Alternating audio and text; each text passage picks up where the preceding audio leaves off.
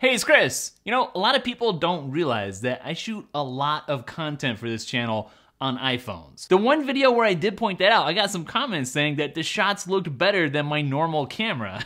But here's the thing, you can shoot amazing video on your iPhone whoever you are. And if you're not super into video, then you can just consider this video like a behind the scenes look at some of the gear that I use when I shoot on iPhones. I'm mostly gonna be talking about some video accessories that you'll wanna pick up if you wanna start flexing your video skills. But the first thing you wanna do is pick up a great video app like Filmic Pro, that's the one that I prefer. There's Mavis Pro, or there's also the Moment app, which is getting better and better too. My all-time favorite video accessory for the iPhone is the FreeFly Movi, which is described as a cinema robot by the company that makes it, which sounds really cool, but it's really just a gimbal or a stabilizer that makes your footage look ridiculously, and I mean ridiculously, smooth. So I use this extensively for the iPhone XR review that I shot a while back using nothing but an iPhone. And I got lots of questions from people saying, what was that and how does it work? Well, without going too in depth, because I know this isn't a video focused channel, it's got several different modes which help to set it apart from other stabilizers. But what I really love the most is its form factor.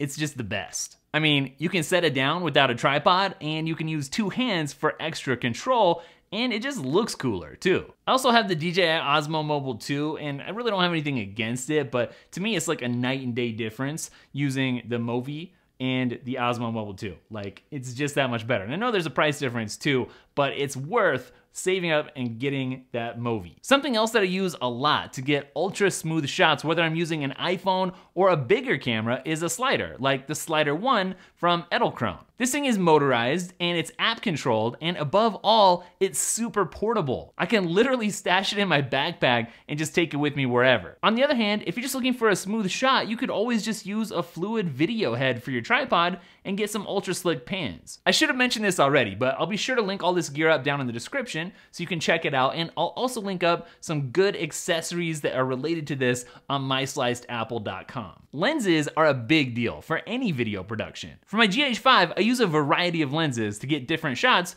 depending on what it is that I'm after. I have my favorite zoom lens, I use a macro lens extensively, I've got some art lenses that can practically see in the dark and produce some nice blurry backgrounds, and then there's my favorite GH5 lens of all time, the Nocticron 42.5. Well, it's no different if you also want to upgrade your iPhone's videography game as well. Lenses can really change what you're capable of capturing. I'm pretty heavily invested into the Moment lens ecosystem right now, so I've got the wide angle, which really lets you capture a lot more. I've got the telephoto for getting a bit closer. I've got the macro, which honestly I don't use all that much, but it's still super dope. And the beast, the legendary Moment anamorphic. The look this anamorphic lens gives your footage is just amazing. The lens flares at night, those are incredible. The ultra wide angle is also incredible. It's not a lens for every situation, but if you can figure out how to put it to good use, then you're gonna be able to get some really cool shots. Now, if you're using a cinema robot with lenses like this, then you're gonna also wanna grab some counterweights to balance things out, which can be a little bit of a pain to use, but it's certainly worth figuring out. One of the simplest and cheapest things that you can do to upgrade your iPhone video is to get a tripod adapter. So you can use something like the Pixie or a GorillaPod or just a regular tripod if you want to, like just to get rid of that handshake, just to have a smooth, steady shot. That's super underrated, something that would definitely help you out. I like shoulder pods and Reticam's tripod adapters pretty well. The Glyph used to be my absolute favorite because it has a 1/4-inch adapter right on top and on the bottom, but the handle broke. So unfortunately, I feel like I can't recommend that. One of the best upgrades you can make is to increase the quality of your audio, which is as simple as using a better mic to capture sound. The mic I prefer when I'm building an iPhone video rig is the Rode Video Micro, which you will need an adapter to use, but that's all right. I'll link it up down in the description for you. The difference between using a device's internal mic and using an external mic